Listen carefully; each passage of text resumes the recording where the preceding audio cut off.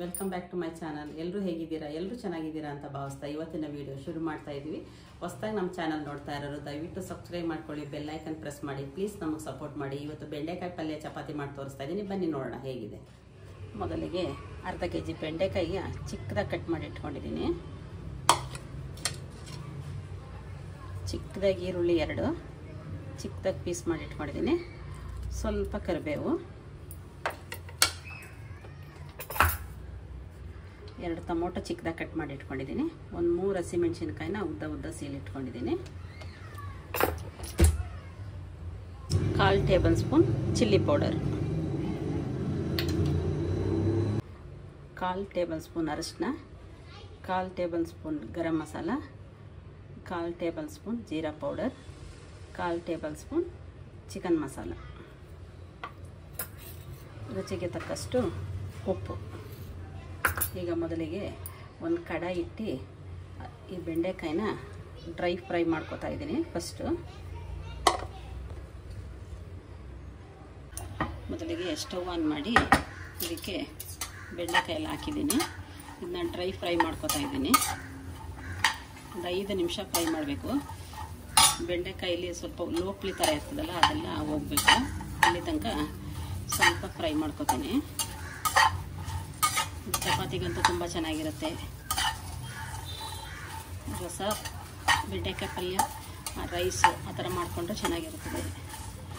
ಸಾಂಬಾರು ಮಾಡ್ಕೊಂಡು ಬೆಂಡೆಕಾಯಿ ಪಲ್ಯ ಮಾಡಿದ್ರು ಚೆನ್ನಾಗಿರ್ತದೆ. ಇದು ನಾನು ಚಪಾತಿಗೆ ಮಾಡ್ತಾಯಿದ್ದೀನಿ. ಒಂದು 5 ನಿಮಿಷ ಈ ಥರ ಫ್ರೈ ಮಾಡ್ಕೊಳ್ಳೋಣ. ಇದಕ್ಕೆ ಸ್ವಲ್ಪ ಶುಂಠಿ ಬೆಳ್ಳುಳ್ಳಿ ಪೇಸ್ಟು, 2 ಮೊಟ್ಟೆ ತೊಗೊಂಡಿದ್ದೀನಿ. 2 ಮೊಟ್ಟೆನೂ ಹಾಕ್ತೀನಿ. ಬೆಂಡೆಕಾಯಿ ಪಲ್ಯಕ್ಕೆ ತುಂಬ ಚೆನ್ನಾಗಿರುತ್ತೆ. ಇದಕ್ಕೆ ಒಂದು 4 ಸ್ಪೂನಷ್ಟು, ಚಿಕ್ಕ ಸ್ಪೂನಲ್ಲಿ ಒಂದು 4 ಟೇಬಲ್ ಸ್ಪೂನ್ ಆಯಿಲ್ ಹಾಕ್ತಾಯಿದ್ದೀನಿ.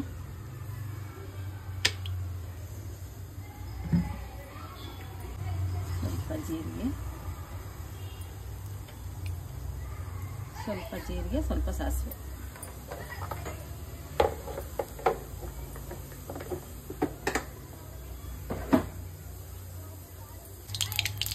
ಈಗ ಸಿಡಿತೈತೆ ನೋಡಿ ಸಾಸಿವೆ ಎಲ್ಲ.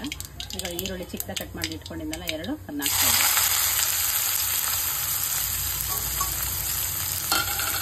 ಇದಕ್ಕೆ ಸ್ವಲ್ಪ ಕರಿಬೇವು, ಸ್ವಲ್ಪ ಫ್ರೈ ಮಾಡ್ಕೋಬೇಕು. ಇದನ್ನು ಚೆನ್ನಾಗಿ ಈರುಳ್ಳಿ ವಾಸನೆ ಸ್ವಲ್ಪ ಹಸಿ ವಾಸನೆ ಇರುತ್ತಲ್ಲ, ಅದು ಹೋಗೋಕ್ಕಂತ.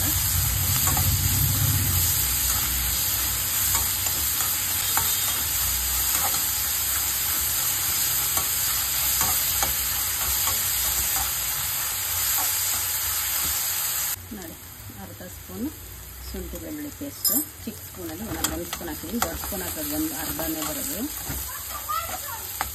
ಶುಂಠಿ ಬೆಳ್ಳುಳ್ಳಿ ಪೇಸ್ಟ್ ಸ್ವಲ್ಪ ಹಸಿ ವಾಸನೆ ಹೋಗೋ ತನಕ ಹುರ್ಕೊಂಡು ಇದಕ್ಕೆ ಚಿಕನ್ ಮಸಾಲ, ಗರಂ ಮಸಾಲ, ಸ್ವಲ್ಪ ಜೀರಾ ಪೌಡರು, ಅರಿಶಿನ ಪುಡಿ ಎಲ್ಲ 1/4 ಸ್ಪೂನ್, 1/4 ಟೇಬಲ್ ಸ್ಪೂನ್ ತೊಗೊಂಡಿದ್ದೀನಿ.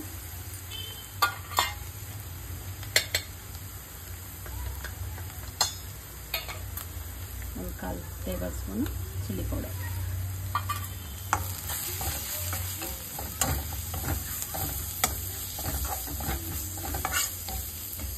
ಒಂದು 2 ನಿಮಿಷ ಚೆನ್ನಾಗಿ ಫ್ರೈ ಮಾಡ್ಕೊಳ್ಳೋಣ. ಸ್ವಲ್ಪ ಸ್ಮೆಲ್ಲೆಲ್ಲ ಹೋಗಿ ಹಸಿ ವಾಸನೆಲ್ಲ.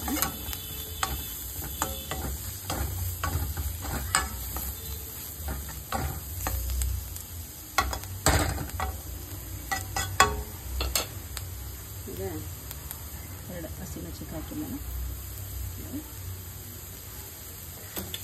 ಒಂದೆರಡು ಟೊಮೊಟೊ ಕಟ್ ಮಾಡಿ ಇಟ್ಕೊಂಡಿದ್ದೆ ಚಿಕ್ಕದಾಗಿ, ಅದನ್ನ ಹಾಕ್ತಾಯಿದ್ದೀನಿ.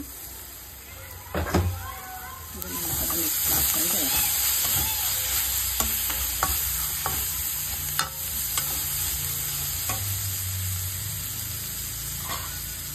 ಈಗ ಒಂದು ಅರ್ಧ ಟೇಬಲ್ ಸ್ಪೂನ್ ಉಪ್ಪು ಹಾಕ್ತಾಯಿದ್ದೀನಿ.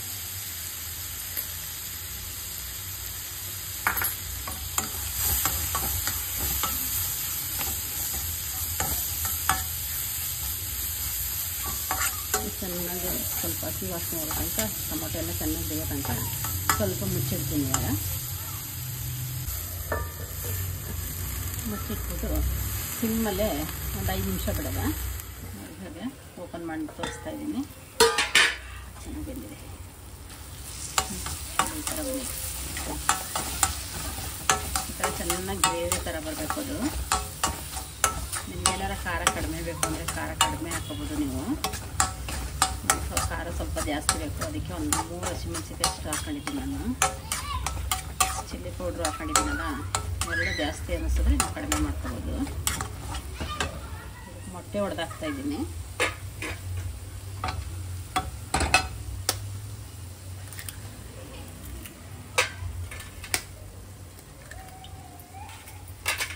ಹೈ ಫ್ಲೇಮಲ್ಲಿ ಇಟ್ಟಿದ್ದೀನಿ.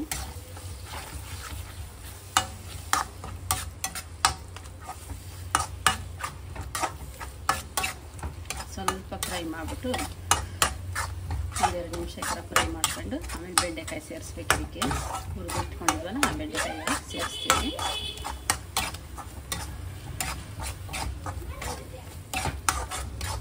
ಚಪಾತಿಗಂತೂ ತುಂಬ ಚೆನ್ನಾಗಿರುತ್ತೆ ನೋಡಿ. ನೋಡಿ ಇವಾಗ ಹುರಿದಿಟ್ಕೊಂಡಿದ್ವಲ್ಲ ಅದನ್ನು ಸೇರಿಸ್ತಾ ಇದ್ದೀನಿ.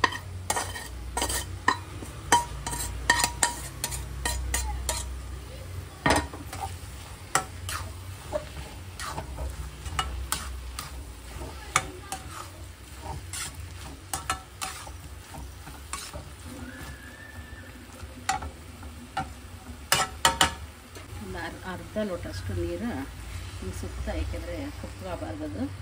ಸ್ವಲ್ಪ ಒಂದು ಅರ್ಧ ಗ್ಲಾಸ್ ನೀರು ಹಾಕಿ ಈಗ ಸಿಮ್ಮಲ್ಲೇ ಬಿಡ್ತೀವಿ. ಅದನ್ನು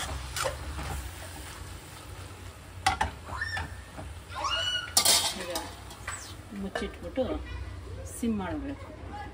ಸಿಮ್ ಮಾಡಿ ಒಂದು 5-6 ನಿಮಿಷ ಹಾಗೆ ಬಿಡೋದ. ಈಗ ಗೋಧಿಟ್ಟು ತಗೊಂಡಿದ್ದೀನಿ. ಇದಕ್ಕೆ ಸ್ವಲ್ಪ 1/4 ಸ್ಪೂನಷ್ಟು ಉಪ್ಪು ಹಾಕ್ತಾ ಇದ್ದೀನಿ.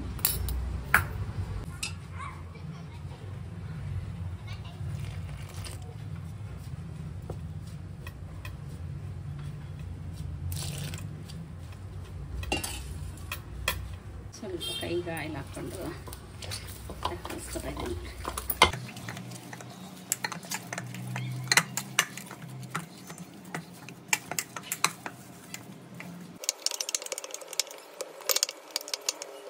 ಇನ್ನು ಒಂದು 10 ನಿಮಿಷ ಇಡ್ತಾ ಇದ್ದೀನಿ. ಹಾಗೆ ಸ್ವಲ್ಪ ನೆನೆಬೇಕು, ಇದು ಅವಾಗ ಚಪಾತಿ ಚೆನ್ನಾಗಿ ಬರುತ್ತೆ. ಓಪನ್ ಮಾಡ್ತಾ ಇದ್ದೀನಿ ನೋಡಿರಿ. ಒಂದು 5 ನಿಮಿಷ ಆಗಿದೆ.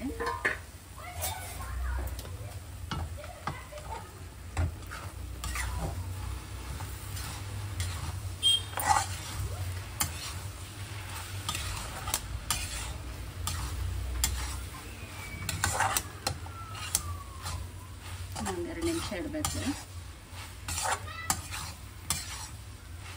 ಚೆನ್ನಾಗಿರುತ್ತೆ ನೋಡಿ, ತುಂಬ ರುಚಿಯಾಗಿರುತ್ತೆ.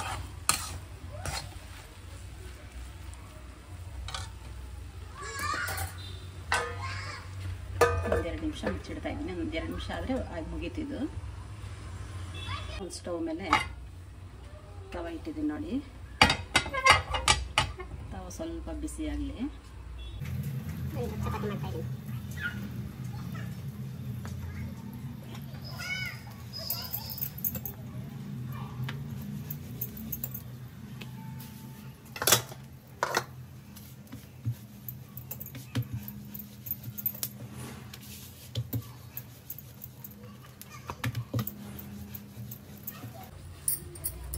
ಈ ಥರ ಮಾಡ್ಕೊಳ್ಳಿ.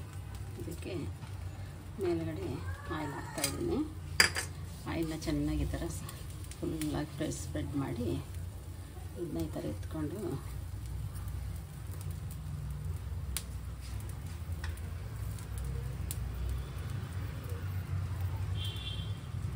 ನೋಡಿ ಈ ಥರ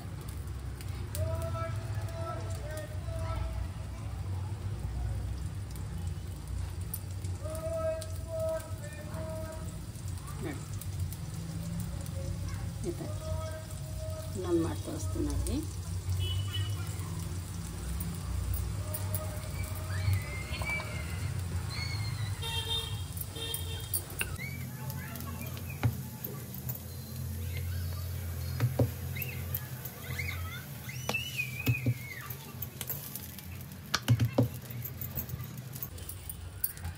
ಫುಲ್ ದೊಡ್ಡದಾಗಿ ಮಾಡ್ಕೊಳ್ಬೇಕು. ಇದನ್ನು ದೊಡ್ಡದಾಗಿ ಒತ್ಕೊಬಿಟ್ರೆ ಅವಾಗ ರೌಂಡ್ ಜಾಸ್ತಿ ರೌಂಡ್ ಬರ್ತವೆ.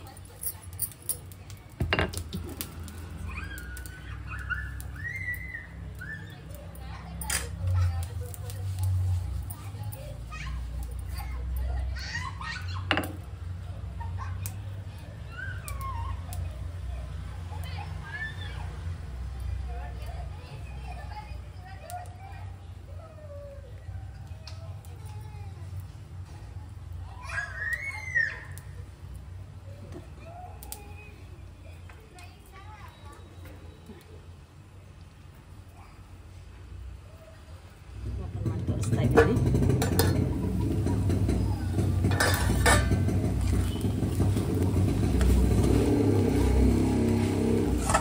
ಕರೆಕ್ಟಾಗಿ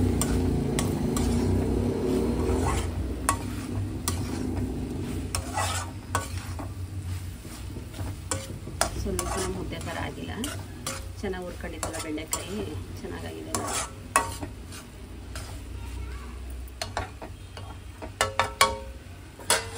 ಇನ್ನು ಸ್ಟವ್ ಆಫ್ ಮಾಡ್ತಾ ಇದ್ದೀನಿ.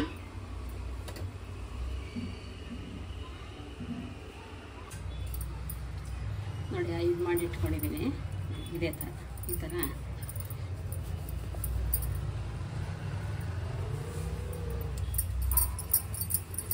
ರೌಂಡಾಗಿ ಒತ್ಕೋಬೇಕು. ಆಗ ಕರೆಕ್ಟಾಗಿ ಮಧ್ಯದಲ್ಲಿ ಸೆಂಟ್ರಾಗಿ ರೌಂಡಾಗಿ ಬರುತ್ತೆ ಚಪಾತಿ.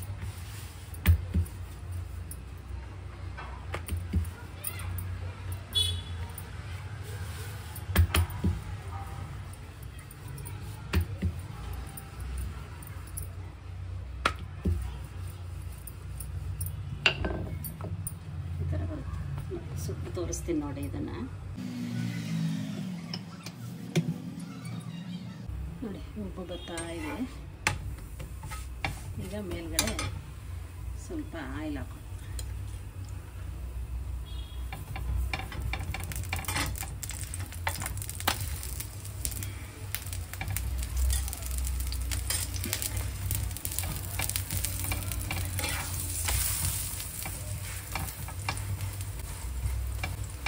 ಪರೋಟ ಥರ ಇರ್ತವೆ ಇವು.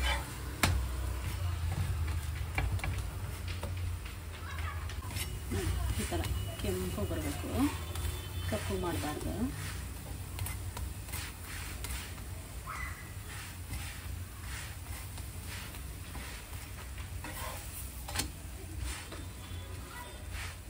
ನಾವು ರೌಂಡ್ ಮಾಡಿದ್ವಲ್ಲ, ಇಲ್ಲ ಈ ಥರ ಬರುತ್ತೆ. ಇವಾಗ ಸೇಮ್ ಪರೋಟ ಥರನೇ ಬರುತ್ತೆ ನೋಡಿ.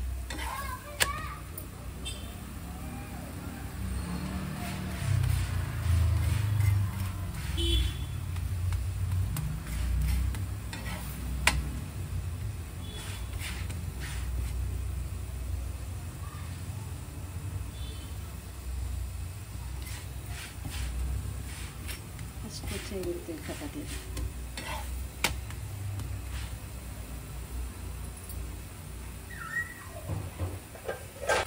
ನೋಡಿ ಈಗ ಇಟ್ಕೊಂಡು ಆವಾಗಲೇ ಇದು ಮಾಡಬೇಕು. ಈ ಥರ ಫುಲ್ ಹೊಡೆದ್ಬೇಕಿದ್ದ.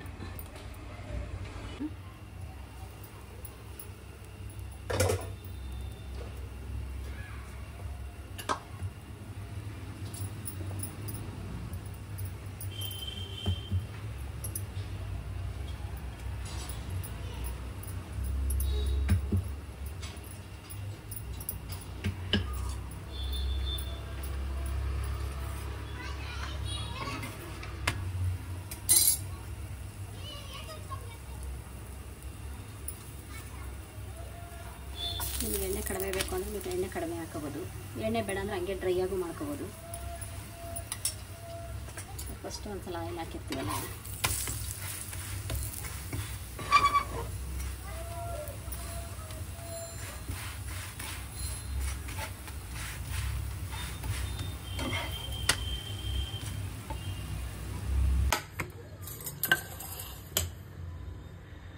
ನೋಡಿ ರೆಡಿಯಾಗಿದೆ ಚಪಾತಿ.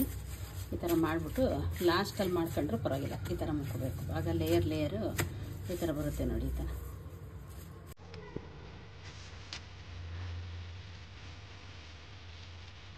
ಚೆನ್ನಾಗಿತ್ತು, ಟ್ರೈ ಮಾಡಿ ನೋಡ್ತೀನಿ.